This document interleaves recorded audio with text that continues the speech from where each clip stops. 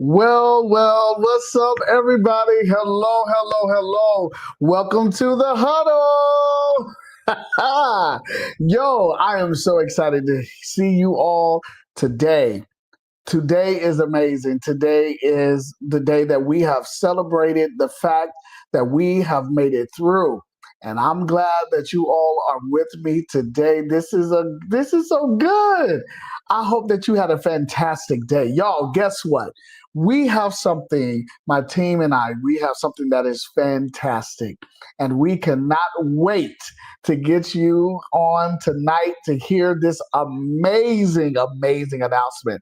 Now, I will say to you that, of course, many of you know that we are directly on YouTube. So definitely remember to share this information with other people. There are some people that do not have a Facebook account.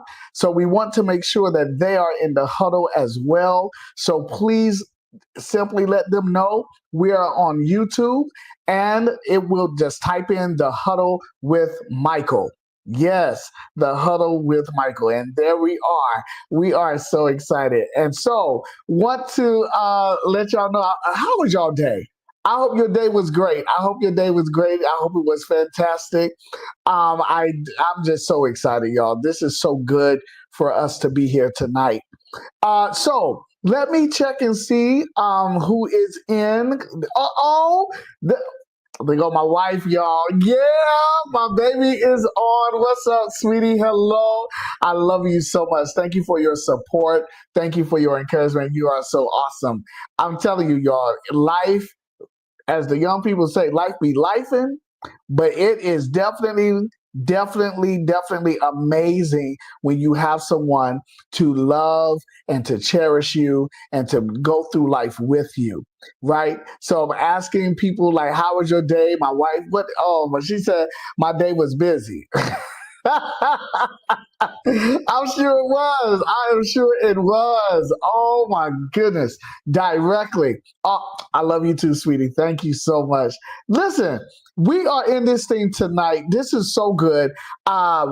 We are talking about part three, and part three is about Minecraft. Okay, the power of Minecraft. And here we are in the month of August, the power of Minecrafting.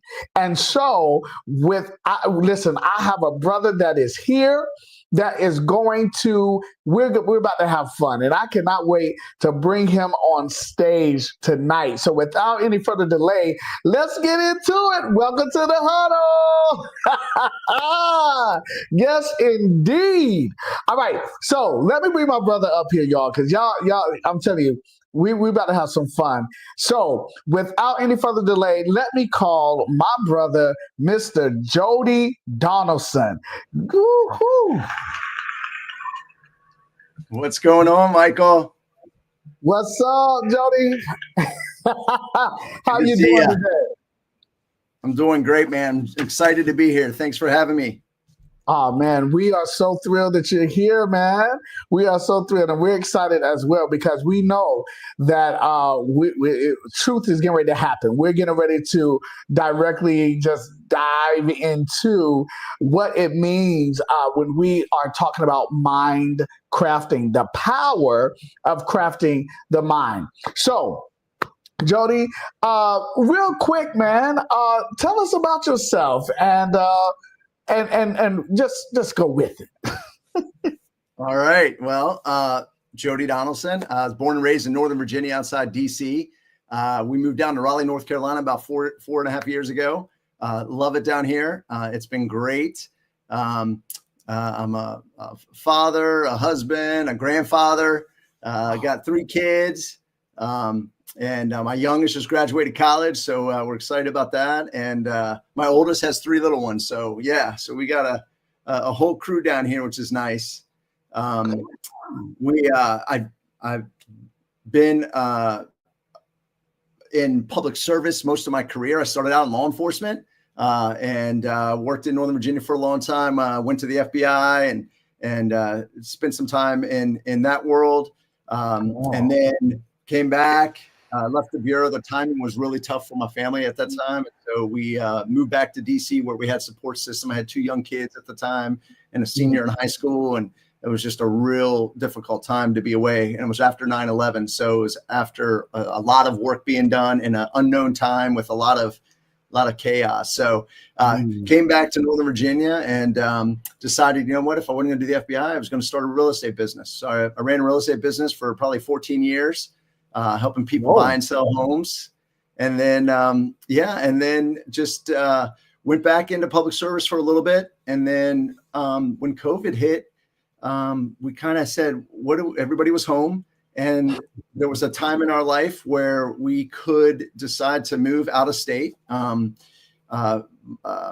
mother-in-law and my father were kind of priorities for us being up there, but then circumstances changed a little bit. And so they were taken care of. And so we said, hey, listen, this might be the time to go. So my wife got a job down here first and we all came down and just started down here. So yeah, it's been a nice ride. I also just recently, in the beginning of the year, decided that entrepreneurial spirit I couldn't break away from. So I'm in public service. I work for the state of North Carolina here, but my other passion is running businesses. And so I bought a franchise, Alloy Personal Training, and we just opened our first location in Cary. So yeah, man, really excited. There's a lot going on. I love it all. And I've had a big journey. My journey's been very vast. Man, good gracious, boy. I'm telling you, Jody, you have really, really, I mean, you're so amazing in every space that you have adventured into your life. And it's clearly seen, I mean, the passion that you have about caring for people in the public sector, being able to really, look at your family and say, okay, when COVID came, we had to pivot. We had to, change directions. And so many people, when they are dealing with a situation that they were not expecting, sometimes they get stuck, and you have to make those hard choices in order to keep going. So I'm wow, man, you brought a franchise. Oh my goodness. Okay, we're gonna have to plug this in right here. So the franchise, man, give us a little spiel about that. What you doing? Yeah, I tell you, it's awesome. I love it. I love every minute of it. It's a passion project, right? So not only just wanting to go into business for myself and really build something, I did my due diligence and vetted a ton of businesses. There's a lot of profitable franchises out there. Not everything's restaurant. There's a lot of home service businesses that are just really awesome that have repeat customers and things like that. And I said, well, if I not only just wanted to invest in something, but I wanted to do something that meant something to me. I love working out. It's my Prozac. It's my mental health. I love that for me. I know it's not for everybody, but if I had to step into the business, what could I step into and be passionate about? And it was fitness. And so I kept coming back, looked at a bunch of different models and went down to Atlanta where Alloy is headquartered and met with the team. Really liked them, really liked what they are about. They've been around for a really long time. They only started franchising right around COVID. So they're new in the franchise world. And really it's small group personal training, 4 to 6 people in a session. The beauty of it is that if anybody's done personal training is super expensive. I mean, you go to the Lifetimes of the world and everything on top of your membership, you're paying 120, 140 an hour. And I mean, I can't afford that. I know a lot of people can't afford that. So by being in a small group of 4 to 6, you still get that individualized attention, but it cuts the cost to like a third. So it just makes it really affordable. And the model was clean. And I wanted to build a community. I used to be part of a fitness community in Northern Virginia for a really long time. And I just love that camaraderie that we all, like, our kids grew up together. We all worked out together. We did runs together, just a lot of fun things. I hadn't found that down here. And I had tried a lot of concepts. And so it just kept coming back to, if it's not there, let's go ahead and bring it here. And so that's what I did.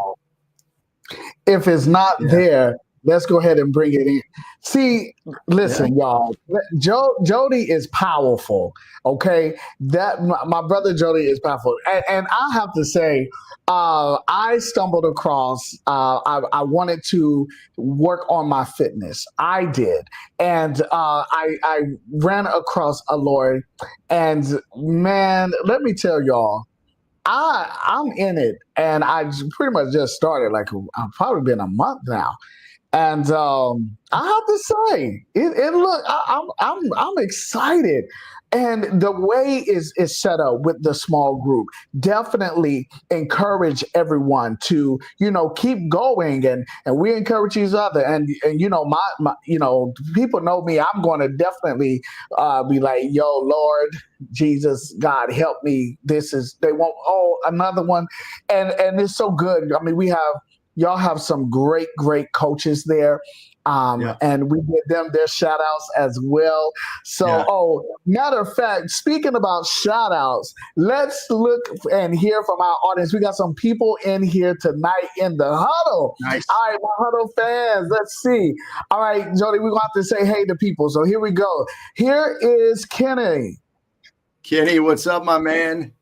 What's up, Kenny? That's my pop, man. I'm so happy to see you. Glad that you're here. Absolutely right. Okay. Hey, what's up, Miss Williams? How are ya? Welcome.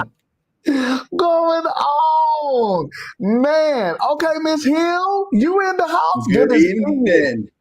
Wow. Kenny talking about hey. Man, listen, I love it. The Huddle fans, they are excited directly about what's happening. And so I want to just dive in to what we are getting ready to discuss today. Yeah. Ladies and gentlemen, we are in the month of August, and according to your messages to me, you all was talking about how you love the series concerning the power of mind crafting. So this is part 3. And for those of you who are new, welcome audience. We hope that you continue to come to the huddle. But this is when we talk about the power of mind crafting, it's all about how we strategically, intentionally build our mindset. And we can be so bombarded with life that we allow things to build our mindset, and things doesn't last forever. But when we take the initiative to really say, let me take the time to find out where my mind is, number one, and then purposely say, I want to not just speak well, I want to not just think well, but I also want to bring a collaboration of the wells and say, I want to think well, live well, and be well. So all of this matters when we talk about being a human being. So this is what we're on, and we want to directly talk to Jody, and y'all, Jody is so modest, but I have to say, Jody, now one thing is for sure, you are an author. And listen, everybody, y'all got to listen, his book right here, The Progress Zone, Unlocking Your Full Potential. Come on, let's give it up for him now. Thank you. That's a nice plug. Y'all, he's my friend. He don't know I got some great things ahead in this episode. I'm scared now. I'm scared what you got in that bag. Get ready, boy. Get ready.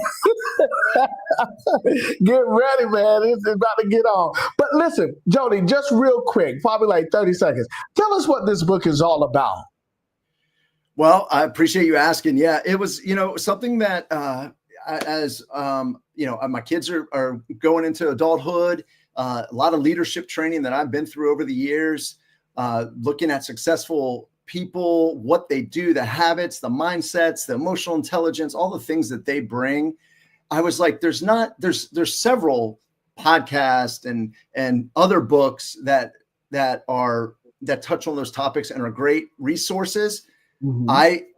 when I see a book that's this thick, it stresses me out a little bit. I'm like, I'm never going to get through that time wise. Right. So I listen to books on tape and on Audible, and it works better. But I wanted a guide that somebody could pick up. And if they were having trouble with whether it's mindset, whether it's physical, staying in shape, whether it's mental health, whether it's emotional intelligence, financial literacy, communication strategies, what could they do and read the best practices and things to put into their life immediately and not have to go through the whole book. So it's not a storybook. It's really a guide that I feel anybody at any age, whether you're starting out in your career and you want to set the groundwork and really put a foundation that's ready to go, or if you're our age and you're having a midlife crisis, and you're like, what am I doing? I'm punching the 9 to 5. I'm not happy. Things aren't going right. My relationships aren't good. My kids don't like me, whatever it is, right? What can you do to change or implement in your day-to-day to be a better version of yourself? And so that's why I came up with the progress zone.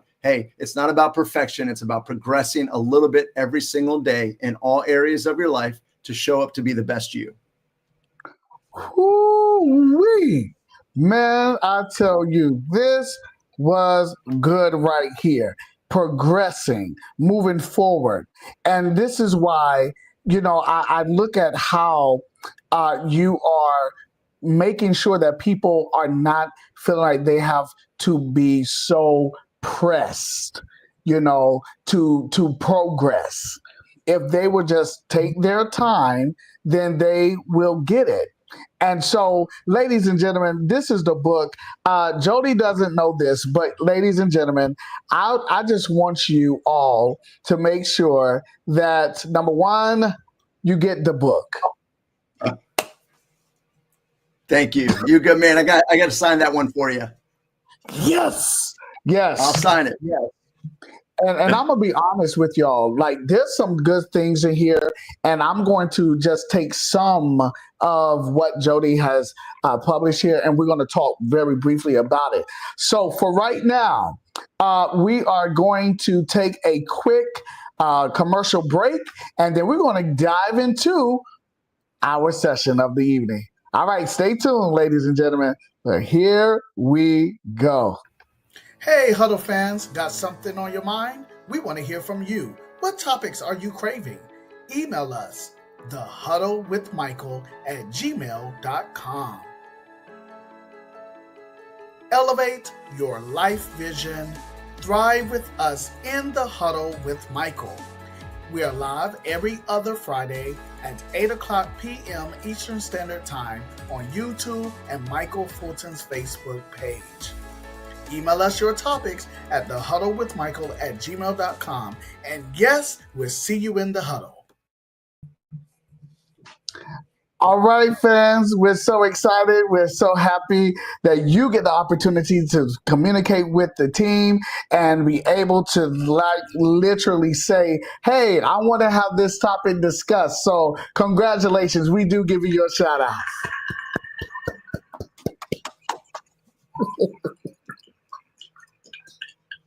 All right, Mr. Jody, my brother, here we go. Well, let's talk about mind crafting, the power of mind crafting from the physical perspective.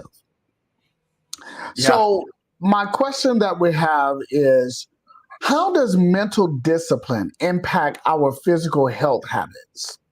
Yeah, I love this question, right? So mental discipline is really the foundation for consistent physical progress, right? So when we train our minds to prioritize movement or nutrition or recovery, even when we don't feel like it, which a lot of people don't, we create a level of like self-respect that compounds over time, right? So if we are showing up to our workouts, if we are making right choices for our meals, if we are getting the rest that we need to, putting down our phones and doing those things, that discipline, even when we don't feel like it, leads to the overall physical well-being of us. That's going to allow us to then be in a better headspace, a better spiritual space, a better relationship space, like whatever it is. And so it's really the foundation, right? It starts with that discipline to get to the physical health habits is how I see it. Mm-hmm. Yeah, that discipline is very, very important because that the mind itself, can play tricks on us. As times when we are saying, okay, well, I want to get myself, much more healthier. It seems as though that we understand the concept of time. We understand that everything does not happen rapidly or microwaved. However, because we understand that concept, it's interesting that through our progress, Nice. through our progress, the mind tends to make us think that it's not happening fast enough. Or it makes us think that I should be at a certain place by now. Could you speak about what strategies would you suggest for us to be able to be disciplined, to not allow those types of thoughts to dominate us, even though we do have those thoughts? Yeah, it is hard, right? We all have controlled chaos in our lives. Sometimes uncontrolled things happen, things get in the way. Our mind plays dirty tricks on us, right? And here's the deal. Motivation is going to come and go, right? You're going to be motivated if Sunday night, you're like, I'm going to hit my workout Monday morning. We're going to get going. Sunday night, you don't sleep well. You go to bed late. You snooze 5 times. You're like, oh, and then you get up and you're like, I don't feel like going, right? You're going to do that negative self-talk, right? What happens then too is that if you have a bad Monday and then it seems to build upon itself, and then you have a chain of multiple days you haven't been able to be disciplined enough. And then what happens is then you basically write it off, be like, oh, well, I'll just start September, or I'll just start in October. Like you push it out when honestly, each day is an opportunity to reset. Just the next day, be like, all right, I'm going to get the next meal. I'm going to do this right. I'm going to go to bed early. And you reset it. You don't have to wait for the perfect time. There's never going to be the perfect time, right? It never happens. Like, oh, when I have this, or I have this job, or, the kid's older, or things like that. It doesn't work that way, man. I'm telling you. So do something now, even when you don't want to, and make those changes little by little, and it's going to build upon itself. That's that momentum you need. So that negative self-talk, you miss something, hey, show yourself some grace. I missed it. I ate, nachos, I had appetizers and dessert, man. I tore up my meal. I'm over my calorie intake. Like I didn't get my protein in today. So I think, and this is just regarding the physical side of it, right? Like think about how that affects everything else. You don't get to sleep, prioritize. You show up, you're foggy the rest of the day, right? Or you go out and have adult beverages one night, and the next morning, like things just don't work the same way, right? So I think it's just showing yourself some grace when those negative things come in. It doesn't matter. It's in the past. Tomorrow, the next opportunity, start fresh and do it again. The next meal is the next opportunity. It doesn't even have to be tomorrow. Wow. Whoa, I'm telling you, Jody is on fire. So here's another one. And we've talked about this very even in our first one. What does it mean to take authority over our bodies through mindset and intentional living? Yeah. I take it as it's recognizing that we're not victims of our circumstances, right? We are the architects of our habits. Bottom line, right? If we live intentionally, it requires us to act from a place of purpose, not impulse, right?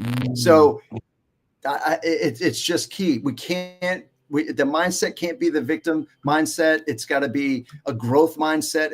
You've got to try to rewire that brain to get you in the space that you can grow. And I think that's so important. And if we're not victims of our circumstances, everybody can do something for themselves that's going to make them better, even if they're in bad circumstances, right? Right. Absolutely. And that's why the mental perspective is so important, because we can talk about, okay, well, we got to get our physical bodies together. We understand that. But when we talk about mental perspective, there's a consequence that comes with that, right? And so I guess I'll just ask you this question. What would be some consequences of not actively shaping our mental patterns and beliefs? Like, what would be some consequences for us not actively shaping our mindset? Well, I think that if we're not shaping it, somebody else will. So what, our world is loud, right? We got social media, we got fear-based news, toxic influences, all those things, right? So if we don't set those intentions or consciously rewire our beliefs, we're getting that unconscious influence that is going to maybe put us in the wrong space and not where we need to be. Oh, we lost you for a sec. Okay, can you hear? Oh, this is live. Yeah, there you go. Y'all are laughing. My crew laughing at me. I was going to say, cut out for a second. Okay. Can you hear me now? Yep. All right, perfect. Let me get my camera right. I don't know why. Okay, here we go. Okay. So definitely, I do agree with you about that, because with these consequences of us, we can passively say that we are, building our mindset. We're speaking affirmations to ourselves. Yeah. We are trying to continue to do the great thing, to walk in the great way. But really, realistically, if something happens, we revert back to that old, oh, it's me mentality. Oh, nobody wants to help me. And we don't take ownership of the actions that we have done, or the decision makings that we have done over the years or over the months. Here is someone said, okay, my mic was not working. They heard you sounding a little off there. Right. Now look, my wife over here talking about, yes, now you loud and clear. Really? Okay. Yes, Miss Fulton. Okay. It's good now. It's good now. Oh man, I'm telling you, the Huddle fans, they really, really helped me out. So here's the thing. How can intentional thinking rewire our outcomes and behaviors? Well, I mean, I think we all learned, right, that intentional thinking, it activates those it's neuroplasticity, right, in our brain. We're able to rewire and redo neural pathways, right? So if you say, like, progress doesn't come from the perfection, it comes from persistent intentional action, and that begins with self-awareness, and it's reinforced through your habits, your environment, your accountability, what you're putting in your brain, what you're viewing, the relationships you're in, the content you're consuming, right? The thoughts you allow dictate the life you want to build. The thoughts you allow dictates the life you want to live. Or build, yeah. Or build. Woo! Okay. Let me plug this in. Okay, this is from his book. Okay. Oh. Now I'm going to read page 13, y'all. And this is underneath the subheading, Embracing a Growth Mindset. Now, he says here, when I decided to leave my stable government job to pursue a career in real estate, I faced skepticism from colleagues and even some family members. Hold on. When you decided to leave your I look at words, right? Your stable government job, to pursue a career in real estate, you faced skepticism from colleagues and from family members. Now, that's right. I could go on that one. Because rightfully so. Okay, let me just be nice. Like, rightfully so. The word that saved you from me going into craziness right now to talk about the skepticism is the fact that you used the adjective stable. And so your friends, families, they looked at that stability, and you're going now into something that isn't promising or does not look like it is stable. So let me read on. And so, because some people today are really, really thinking that I need to pursue my career, but I'm at a stable state right now. But there's something inside of them that's saying you need to go for that. And so, Yes. the transition from my regular paycheck to a 100% commission-based income was difficult. My first few deals were small, which caused financial instability and made me question my decision. Ooh, man. Okay. Now, however, rather than seeing these challenges as failures, I saw them as learning opportunities. Yep. So, in the midst of transitioning, you felt and you had a family. I mean, you still have your family. You have your family, Yeah.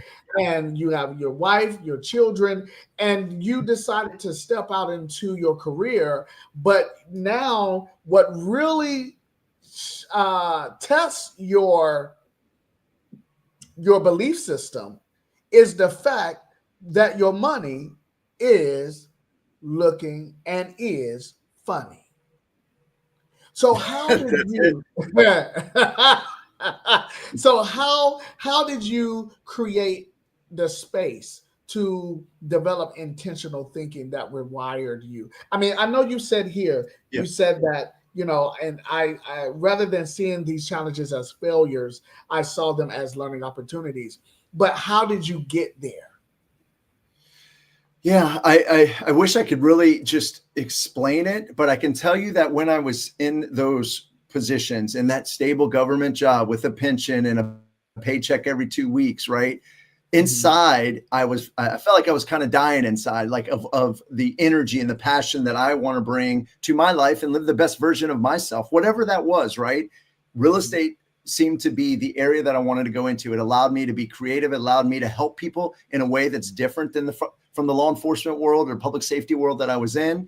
But it allowed me to be a consultant and help them through one of the biggest decisions they had of their life.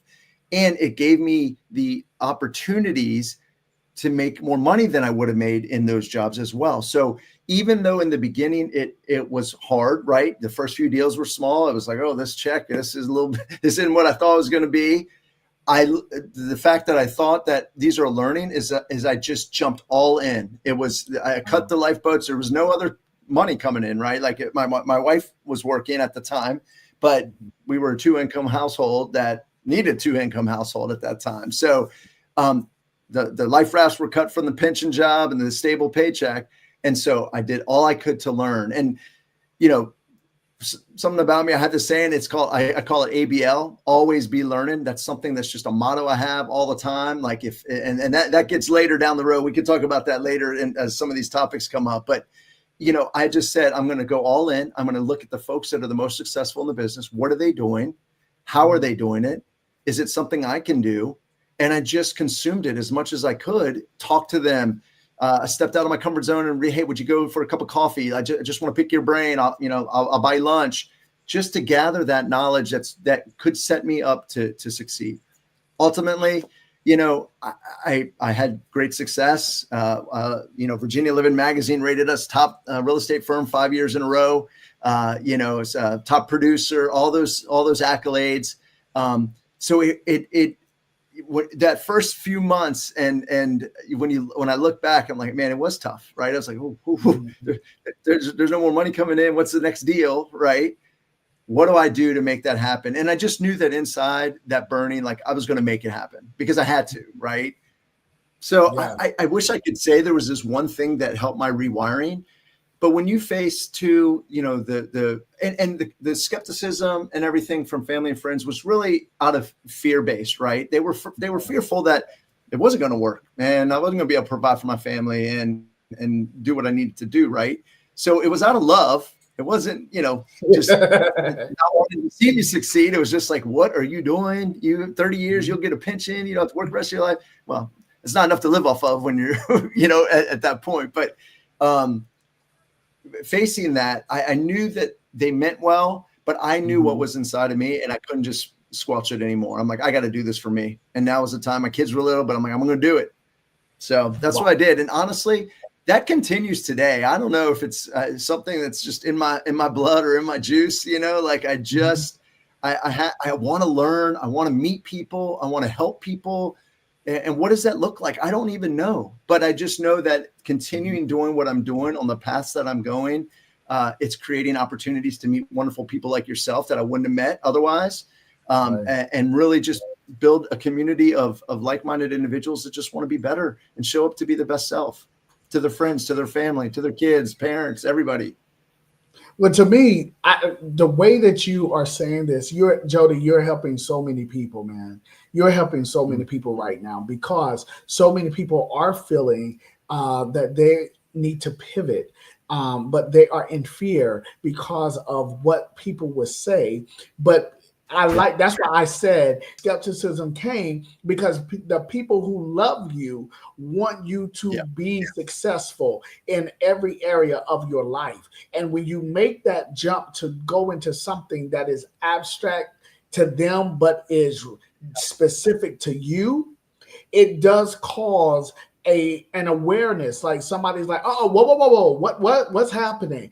But at the end of the day, you said, I got to keep moving because I myself believe in it. I feel it. I sleep with it. I eat with it. It is when I take my shower, is I see it all the time. And that is the indicator that I must pursue, that I shall recover everything that I need. So whatever is lost in the process, it is going to be gained 10 times more because I have solidified the fact that I'm in it to win it.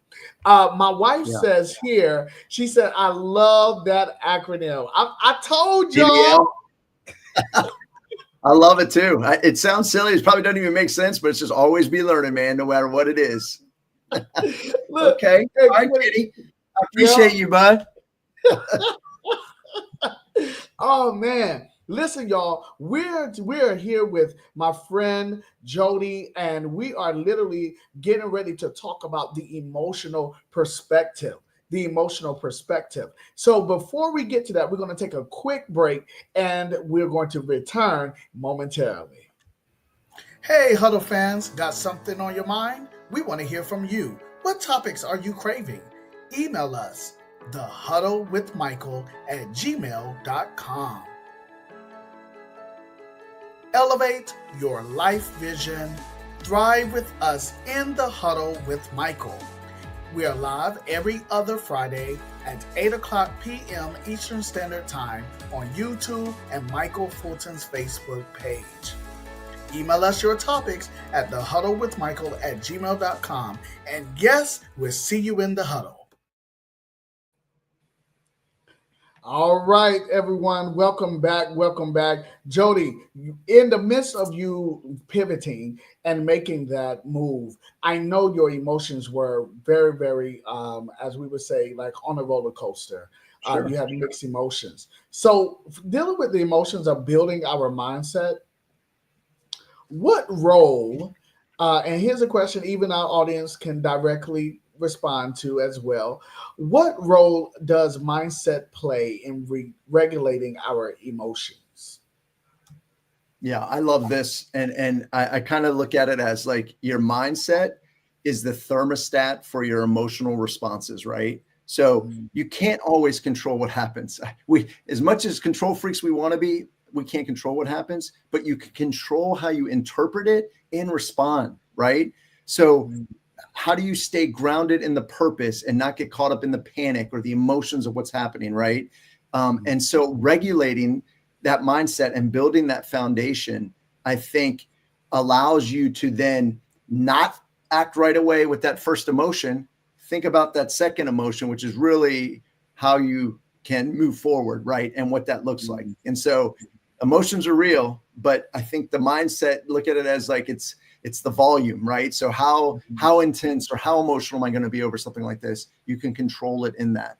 And I really think that it takes work. It's not easy because things get thrown at us all the time that make us feel like we're spinning out of control or we don't have control of the situation that we want to, right? But it's how you respond and how you react, I think, is kind of where that plays in regulating that. You know, I do agree with you, because in your book, in your book, you know, we look at chapter 5 here, and on page 40, you said the components of emotional intelligence. Now, I'm just going to read just one thing. You said awareness. Awareness is the ability to recognize your own emotions, strengths, weaknesses, values, and motives. Your first sentence already threw me off. I was just like, wait a minute. I need to go back and really know, do I recognize my strengths? Of course. Do I recognize my emotions? Of course. Do I recognize my weakness? Not all the time. Yeah. You know what I mean? And then you said recognize your values and your motives.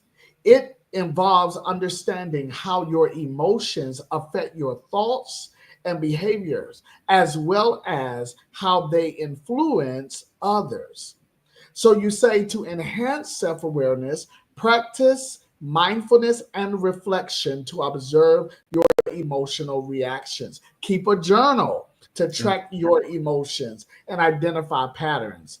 Seek feedback from others to gain a better understanding of how you are perceived. Now, Jody, I'm a sticker plug here, because I want to ask you, dealing with men, when you say, how can a man um, become emotional intelligent in maintaining, recognizing, you know, the emotions, their weaknesses, the values, and the motives? But when you say, like, keep a journal to track your emotions, most men, we don't do that. So what would be?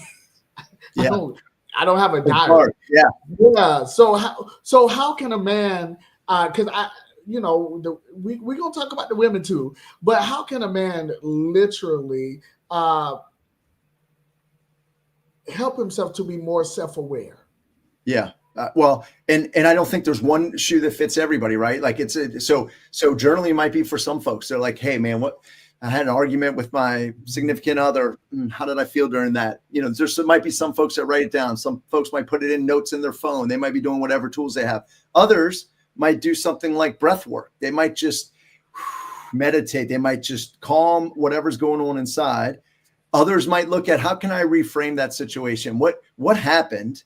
Right. And then, so you could go into like an analyzing piece. So the self-awareness, I think, comes the more you look at something that might not have gone well emotionally, right? Like, or news you got, how did you handle it? Did you respond right away and blow up at somebody when you're like, it's really not that big of a deal, right? You know, I think it happens. For those that do have kids, I think sometimes, you know, when they're little and they're spilling stuff, and they're like, oh my God, what do you like? You know, that's, are we filling their cup, or we traumatizing it, right? Like how we do it. In the grand scheme of things, we just wipe it up, right? But in the moment, you're like, oh.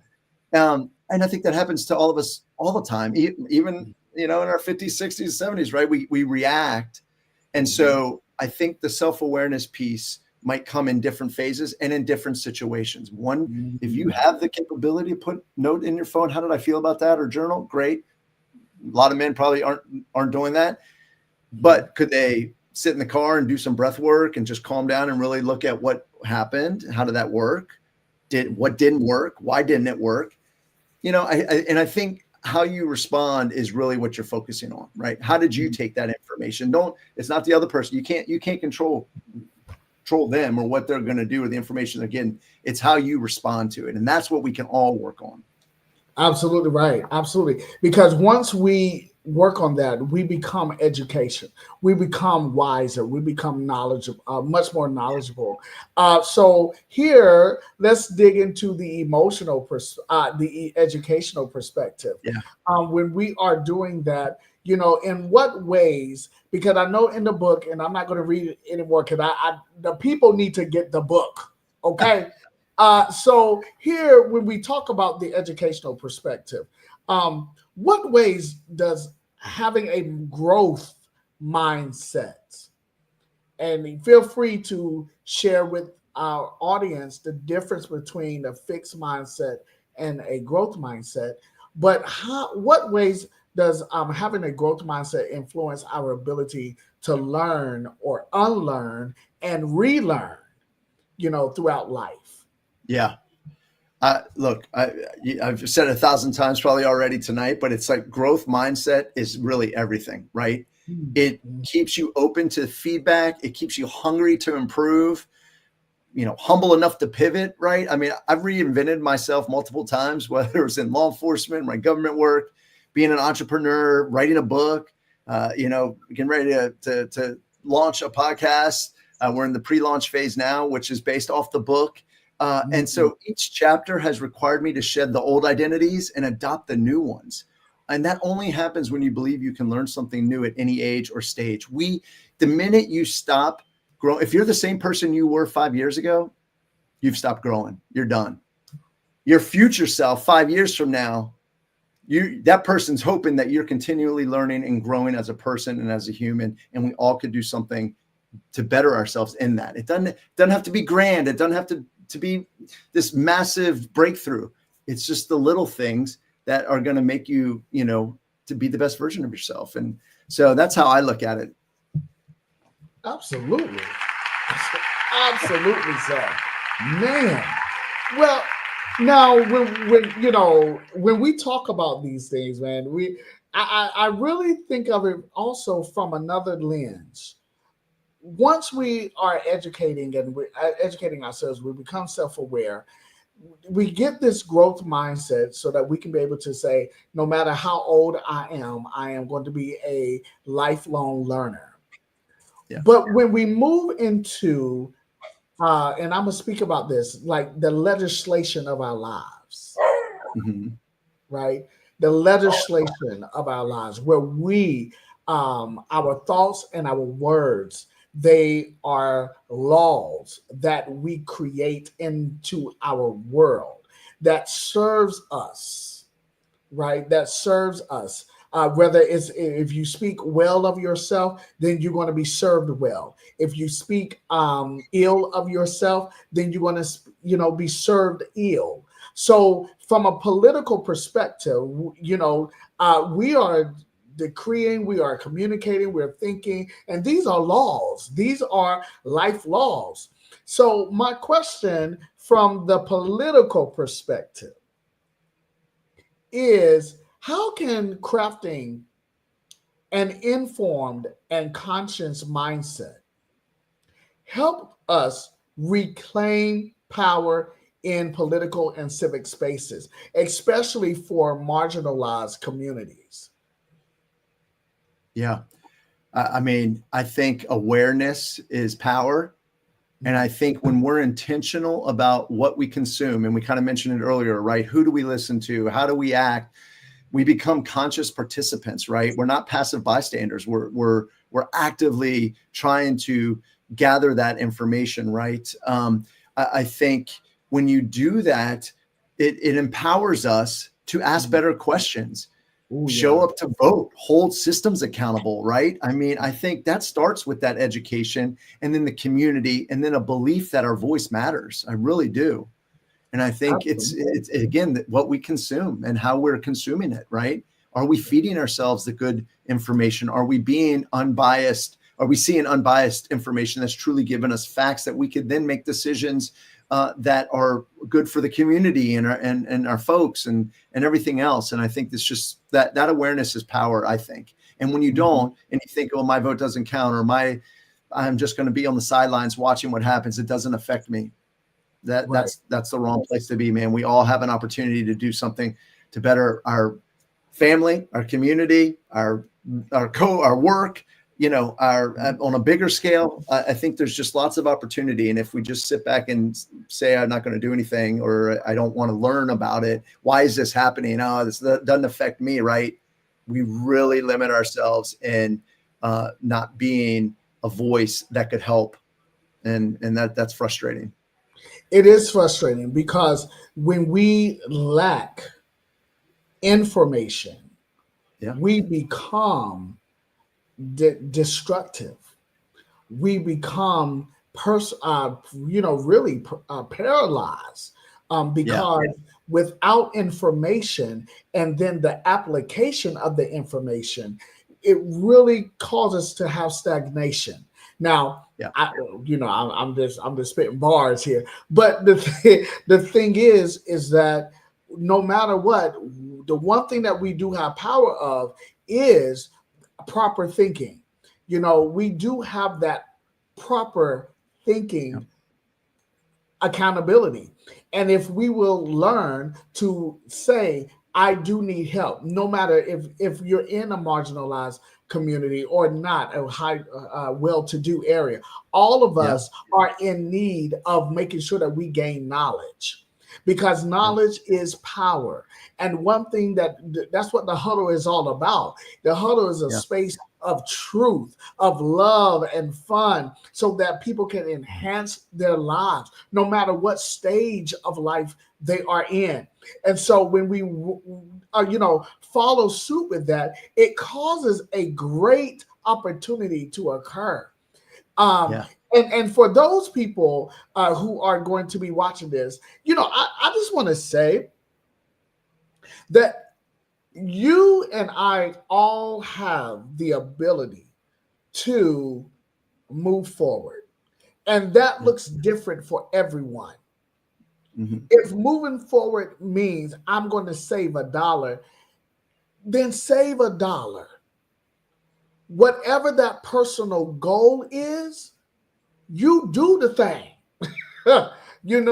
And because your goal may be different than mine, but at the end of the day, we are accountable of building our minds in a way that is prosperous, in a way that is healthy. And if you don't know how to build, you have people around you. Yep. You have people that you may have to go outside of your community to receive that help. And Right. not every help has a payment. Sometimes if you sit in your living room and go to a PBS channel, you know, PBS is amazing. I love PBS, Oh, yeah. NPR. I just love that. Getting that information and really challenging myself to even be a better version of me. So here's the last topic for this evening, Jody. We talked about this already here concerning personal accountability. So if we could elaborate a little more about that, we're going to go into this. What does it, when we talk about personal accountability, my question to you is, what does it truly mean to take authority over the mind? And if you have any disciplines or practices that help us to really take authority over the mind, please share that with us. Yeah. This is really kind of summarizing everything, right? Taking Yep. authority over our minds is choosing to be the gatekeeper of our thoughts, right? So when you set those standards for what you allow in and what you give energy to, right, is going to help take that authority and make it your own. And it's based on those disciplines, right? So I think daily routines, right? Be intentional with the inputs, whatever that is, whether it's working out, whether it's reading, whether it's reflection, removing distractions from you that don't serve your goals. I think that's the key. And that right mindset doesn't just happen. I think it's crafted, it's guarded, and it's cultivated every day. Absolutely right. Absolutely right. Did y'all hear? I'm telling you, this man is powerful. Gosh. I don't know about all that.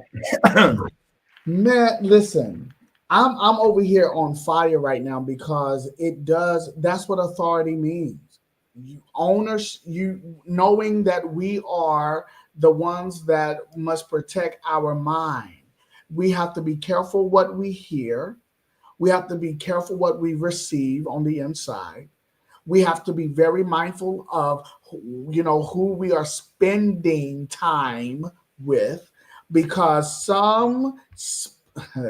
when we are spending, sometimes you do not get a refund and sometimes you do not get a return.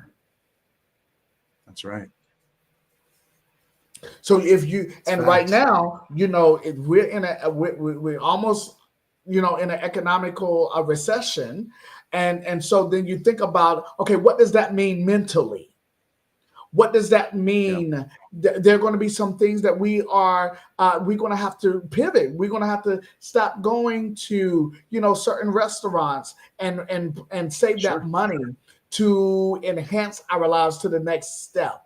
One thing that, here in our audience, Felicia says, we have to be, I like that. Yeah, that's what he said.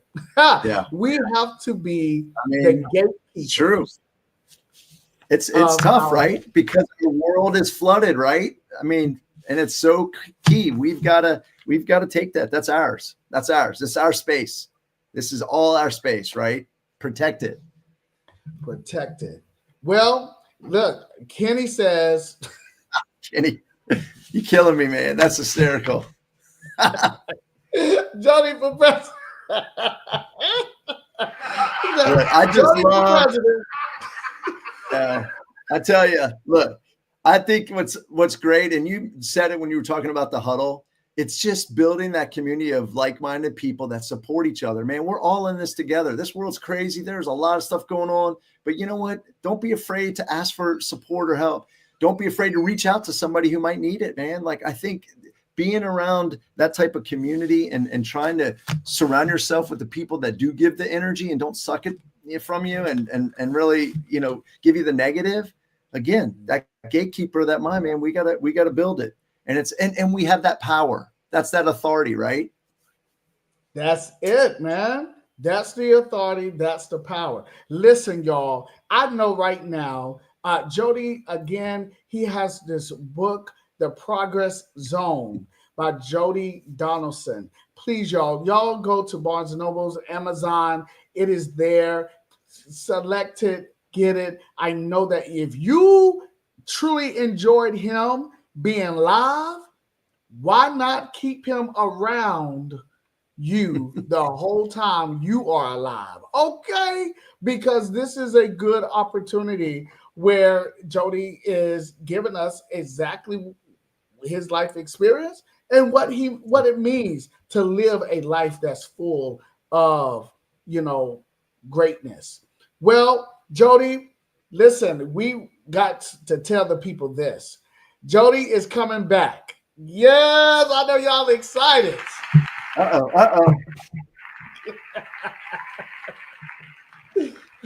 Are you sure they can handle two sessions with me? Come on. Woo, man. Listen, the Huddle fans, man, they're ready. They're ready. All right. Listen, he is coming again on Friday, August the 22nd, 2025 at 8:00 p.m. Eastern Standard Time.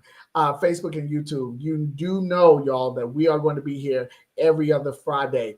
So before we go, there is, oh, wow. Yes, that's so nice.